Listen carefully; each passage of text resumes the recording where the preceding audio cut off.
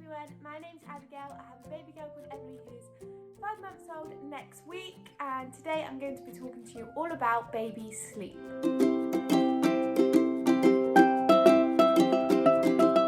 So just a quick disclaimer before I get into the video, I am not a healthcare professional. I do like to just remind you guys that before I go into anything that is science-based or fact-based. However, I have done quite a lot of research in regards to this video, just so that I'm giving you more reliable sources of information. But yeah, like I said, I'm not a healthcare professional at all. A lot of the stuff in this video is fact-based and science-based. It's not just something that I'm plucking out of thin air. However, I am going to be talking about my opinion and my take on these things as well. I also would just like to add that in this video I am going to be talking about SIDS, sudden infant death syndrome. That is just a warning in case that SIDS, also known as cot death, does actually trigger you. First thing I'm going to be giving you an insight on is actually how Everly sleeps. Just for some context really before I actually go into sleep training and the reason why babies don't sleep. So Everly is not a big huge lover of sleep. So since Everly was 8 weeks old, her naps actually dropped dramatically in the day. So I briefly remember her last big nap, so basically longer than a 45 minutes, was a 3-hour nap on Christmas Day. And she was, I believe, 9 weeks old on Christmas Day. And that was the very last time she had a nap longer than 45 minutes. Since then, and particularly since the beginning of January, she's been napping for 30 minutes at a time. Occasionally she'll do 40 minutes, but if she does a 40-minute nap, then her nap after that, or maybe a nap before that, was probably only about 20 minutes long. So it kind of balances out. So her average nap time is 30 minutes long. She's 5 months old next week, and she naps 4 naps in the day. I do always offer a 5th nap, but she normally doesn't take it, and if she does take it, then it's only like for 2 minutes or 5 minutes. It's not another 30-minute nap. Every single nap we have the same nap routine. I take her up the stairs, into our bedroom, into here, so where she sleeps at night. I put the blinds down so the room's dark. I put white noise on like we do at night time after bath time, and I lie down and feed her.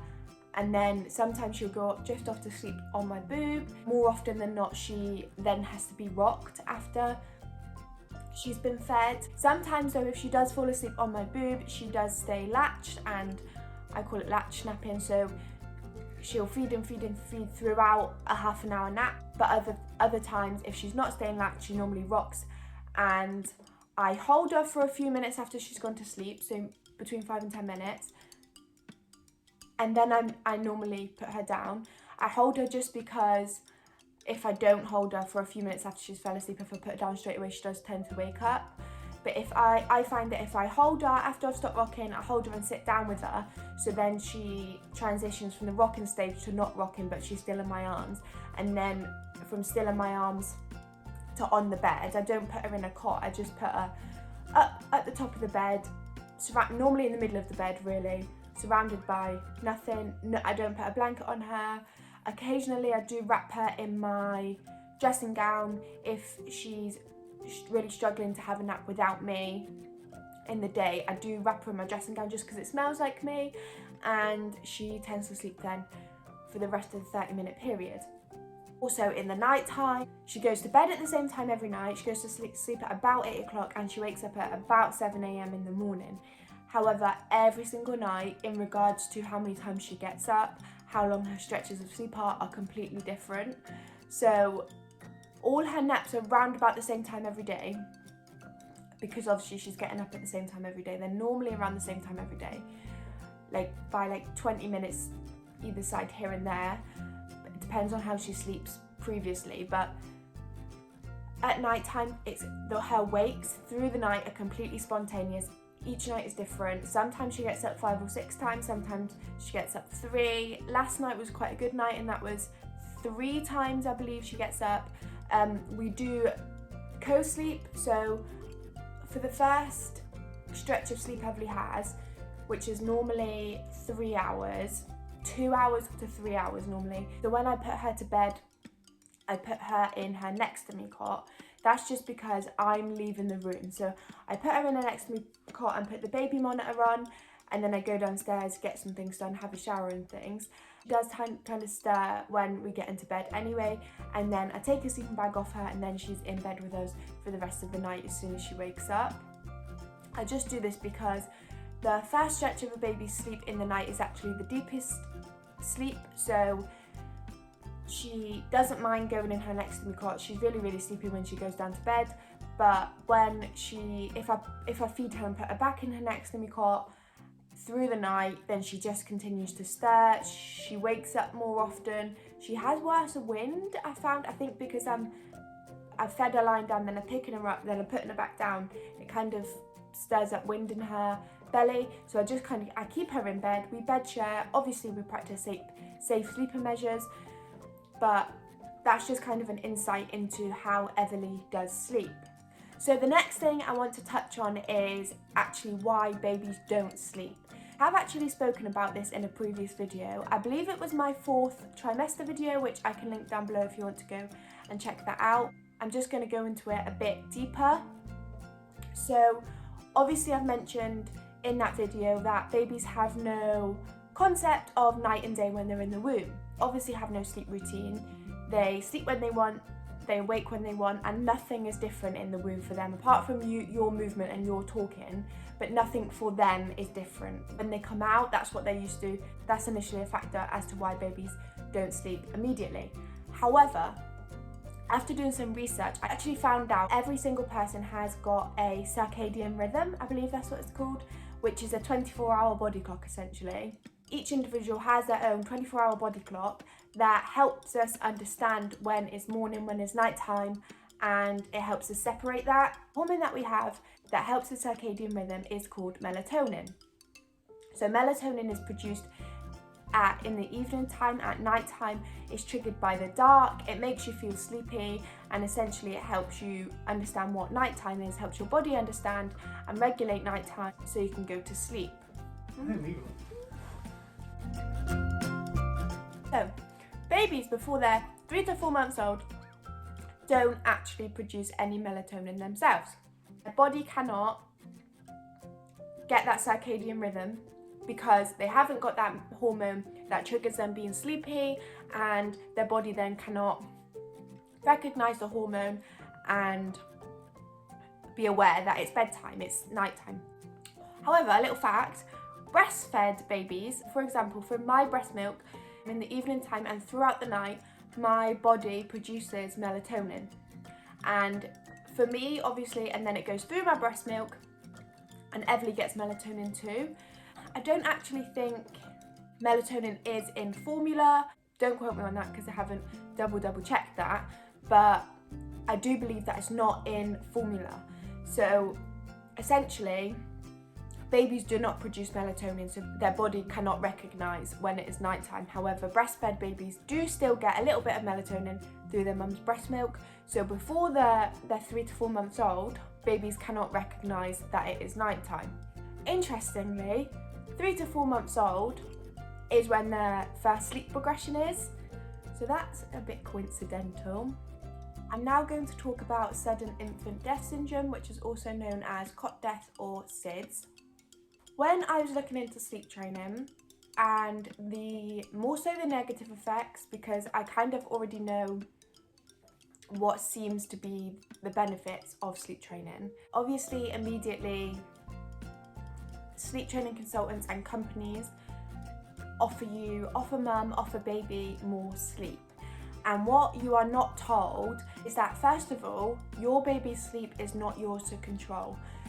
So this is one of the main reasons why I don't agree with sleep training in general, and particularly why I won't sleep train Everly or any future children that I have. And that's because I truly believe that I can support Everly's sleep patterns, I can support and give her a helping hand as to get to sleep. So for example, I can rock her, I can boop her, I can observe her wake windows, I can observe her sleep her sleep cues for when I think she probably should go down for a sleep.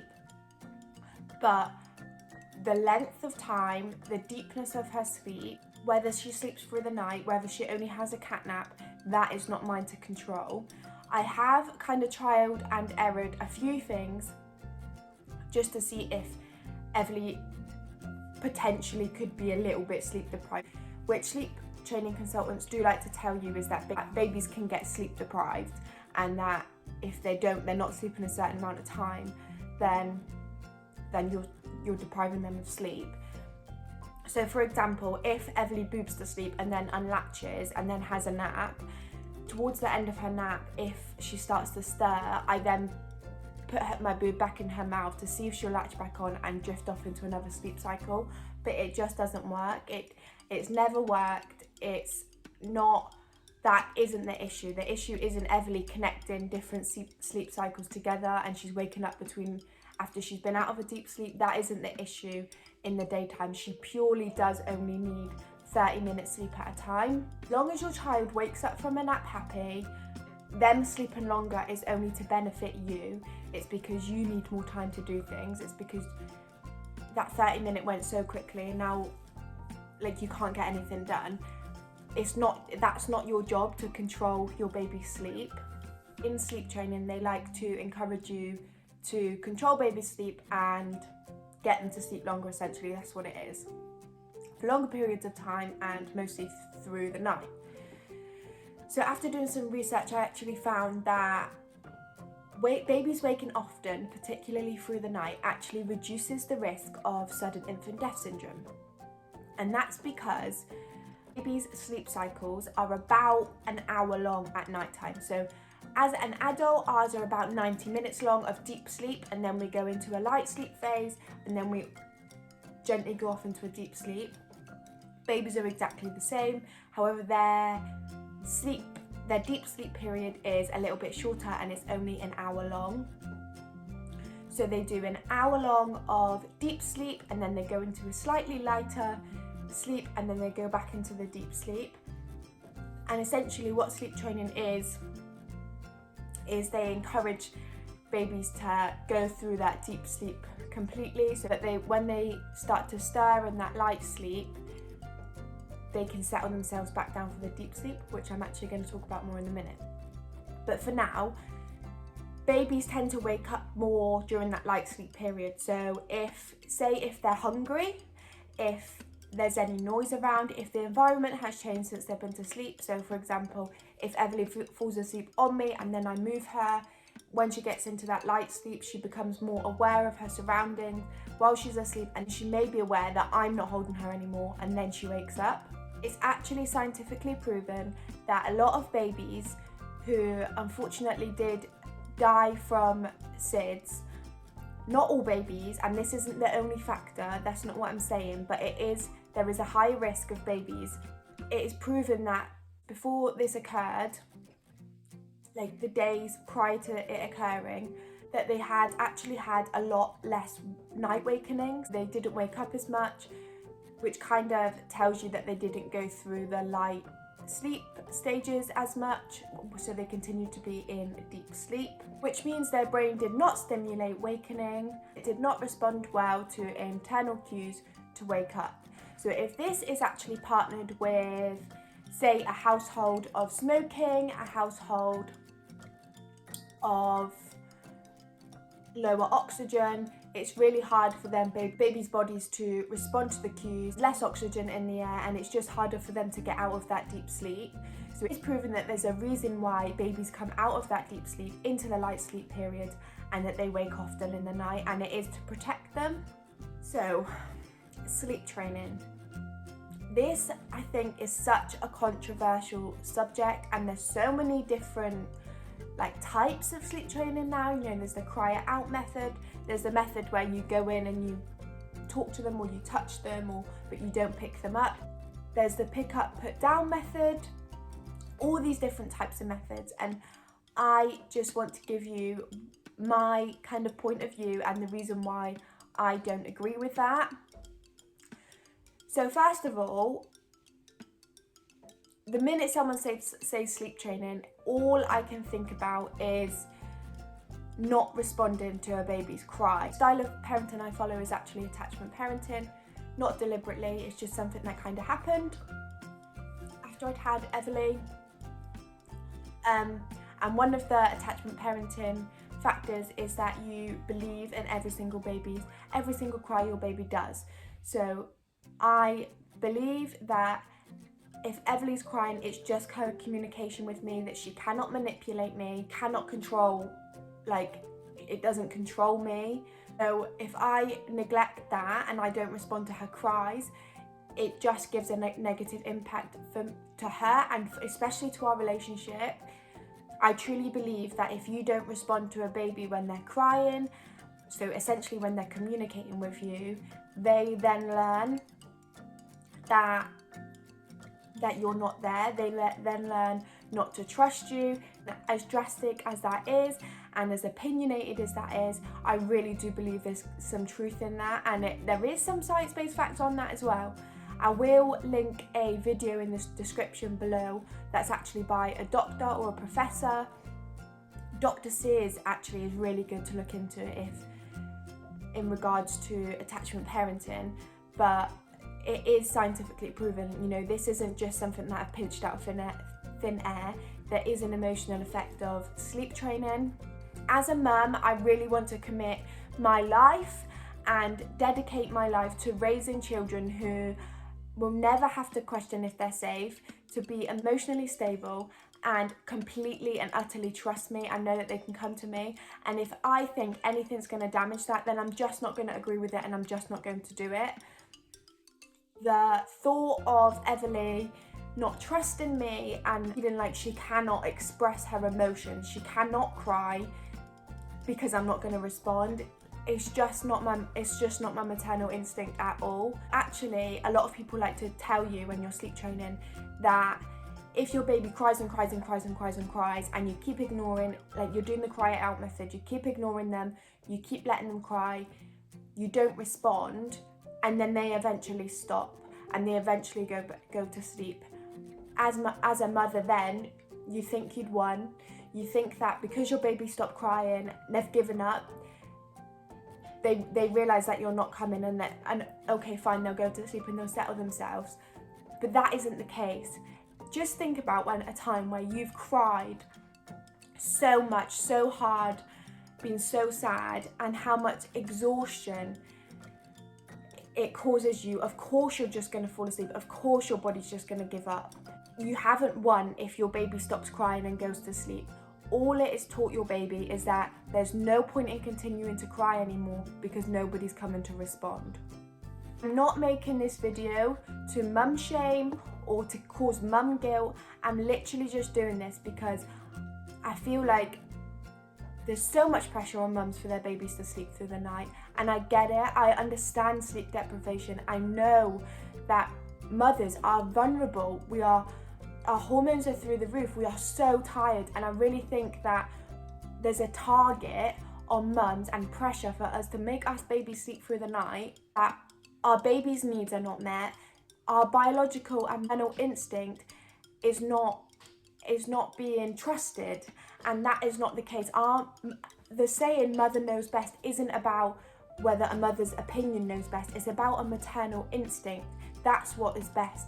Responding to your baby's cry as a maternal instinct is the best thing for your baby. That is the best thing for a mum and for her baby. So it's actually also proven scientifically that when a baby cries, when a human cries, a hormone is released in a baby's brain. Hormone gets released every single time your baby is crying. So every single time you're letting your baby cry it out, drastically crying, it's not healthy for them at all. Not just my opinion of what might happen if I don't respond to my baby's cues. Emotional impact and a health impact as well. Mothers who are vulnerable, they don't know it either, and I didn't think these things wouldn't impact Everly. Of course I would sleep train her.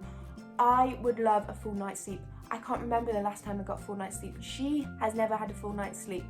You know, of course we would love that sleep, but it's just not what's beneficial for her, which means it's not beneficial for me. That is everything I'm going to be talking about in today's video.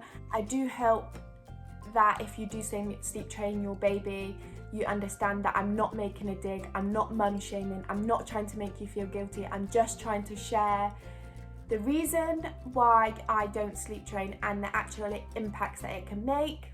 If you did like this video, if you did find this video informative, then please do like and subscribe and share this video. It's such a controversial topic. At the end of the day, your baby's going to sleep eventually. Humans' bodies naturally fall into a circadian rhythm, and we do sleep through the night eventually. Whether it takes 2 years, whether it takes 5, whether it takes 6 months, your baby will sleep through the night, and it's not your job to control that sleep, it's just your job to support and encourage it.